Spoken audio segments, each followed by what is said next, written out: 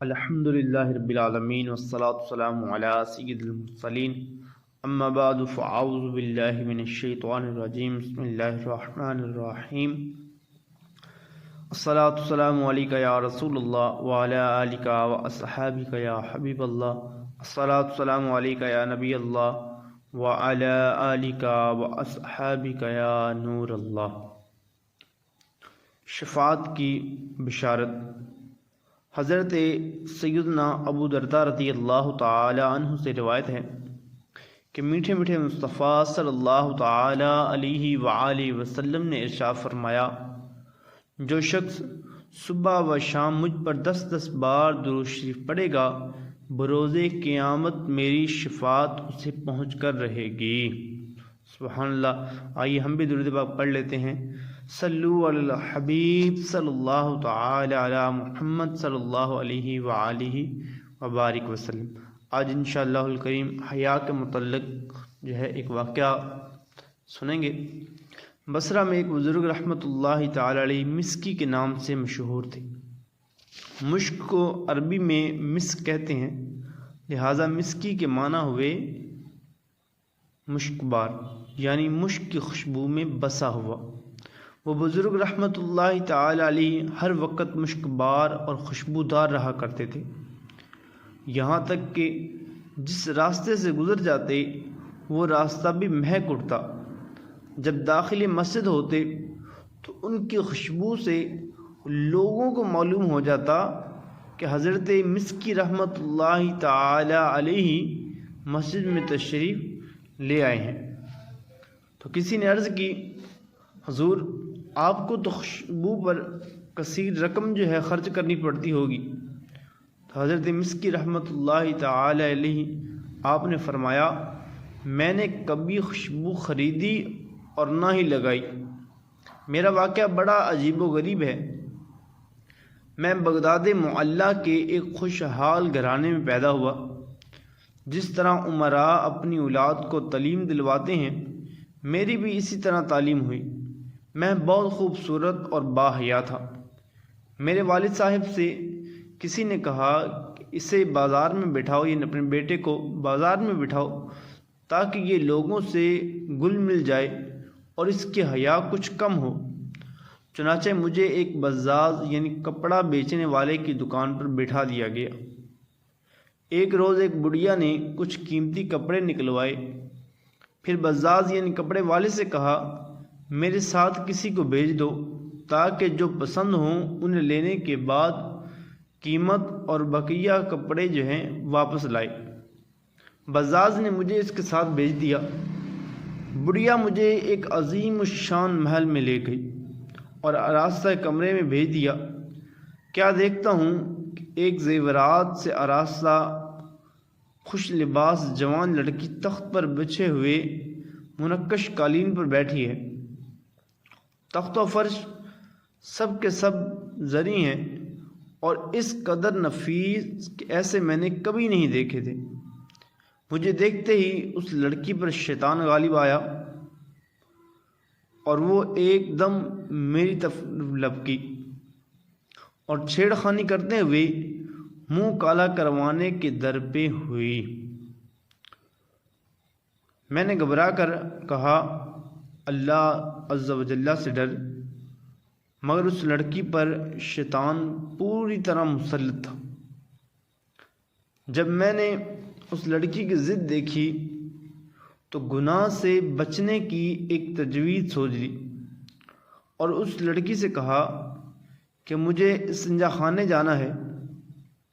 تو اس نے آواز دی تو چاروں طرف سے لونڈیاں آ گئیں۔ اس نے کہا، اپنے آقا کو بیت الخلاء میں لے جاؤ۔ میں جب وہاں گیا یعنی بیت الخلاء میں گیا تو بھاگنے کی کوئی راہ جو ہے نظر نہیں آئی۔ مجھے اس عورت کے ساتھ منہ کالا کرتے ہوئے اپنے رب عز و جل سے حیا آ رہی تھی اور مجھ پر عذاب جہنم کے خوف کا غلبہ تھا۔ اللہ اکبر۔ چنانچہ ایک ہی راستہ نظر آیا اور وہ یہ کہ میں نے استنجا خانے کی نجاست سے اپنے ہاتھ منہ وغیرہ سان لیے اور خوب آنکھیں نکال کر اس کنیز کو ڈرایا جو باہر رومال اور پانی لیے کھڑی تھی۔ میں جب دیوانوں کی طرح چیختا ہوا اس کی طرف لپکا تو وہ ڈر کر بھاگی اور اس نے پاگل پاگل کا شور مچا دیا۔ سب لونڈیاں اکٹھی ہو گئیں اور انہوں نے مل کر مجھے ایک ٹاٹ میں لپیٹا اور اٹھا کر ایک باغ میں ڈال دیا۔ میں نے جب یقین کر لیا کہ سب جا چکی ہیں تو اٹھ کر اپنے کپڑے اور بدن کو دھو کر پاک کر لیا اور اپنے گھر چلا گیا، مگر کسی کو بھی یہ بات نہیں بتائی جو معاملہ میرے ساتھ پیش آیا تھا۔ اسی رات میں نے خواب میں دیکھا کہ کوئی کہہ رہا ہے، تم کو حضرت سیدنا یوسف علیہ الصلاۃ والسلام سے کیا ہی خوب مناسبت ہے، اور کہتا ہے کہ کیا تم مجھے جانتے ہو؟ میں نے کہا نہیں، تو انہوں نے جواب دیا، میں جبرائیل علیہ الصلاۃ والسلام ہوں۔ جبرائیل علیہ الصلاۃ والسلام جو کہ ایک فرشتے ہیں۔ اس کے بعد انہوں نے میرے منہ اور جسم پر اپنا ہاتھ پھیر دیا۔ تو حضرت مسکی رحمۃ اللہ تعالی فرماتے ہیں کہ اسی وقت سے میرے جسم سے مشک کی بہترین خوشبو آنے لگی۔ یہ حضرت سیدنا جبرائیل علیہ الصلاۃ والسلام کے دست مبارک کی خوشبو ہے۔ سبحان اللہ، کیا ہی بات ہے۔ اللہ پاک ہمیں بھی جو ہے حیا نصیب فرمائے، بے حیائی والے کاموں سے بچنے کی جو ہے توفیق عطا فرمائے۔ پیارے پیارے اسلام بھائیوں، آپ نے سنا باحیا نوجوان اللہ جل کی خشیت اور گناہوں سے نفرت کرنے سے کی برکت سے معصیت سے اپنی حفاظت میں کامیاب ہو گیا۔ معلوم ہوا کہ گناہوں سے بچنے میں حیا بہت ہی مؤثر ہے۔ حیا کے معنی ہے عیب لگائے جانے کے خوف سے چھپنا۔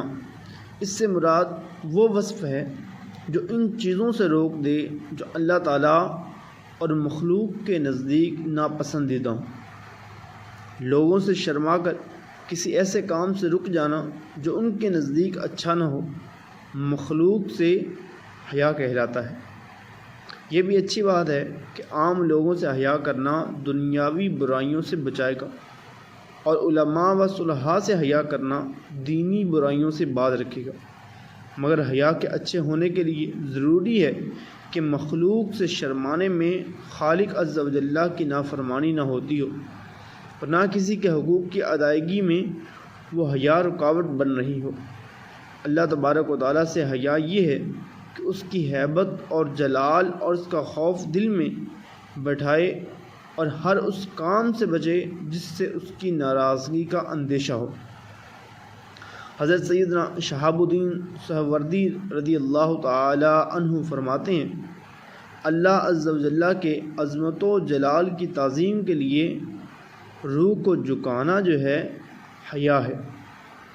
اللہ عز و جل کی بارگاہ میں دعا ہے کہ اللہ پاک ہمیں بھی اپنی روح کو جھکانے کی توفیق عطا فرمائے، بے حیائی سے بچنے کی توفیق عطا فرمائے، اپنے اندر حیا پیدا کرنے کی توفیق عطا فرمائے، آمین۔ صلو علی الحبیب صلی اللہ تعالی علی محمد صلی اللہ علیہ وآلہ وبارک وسلم۔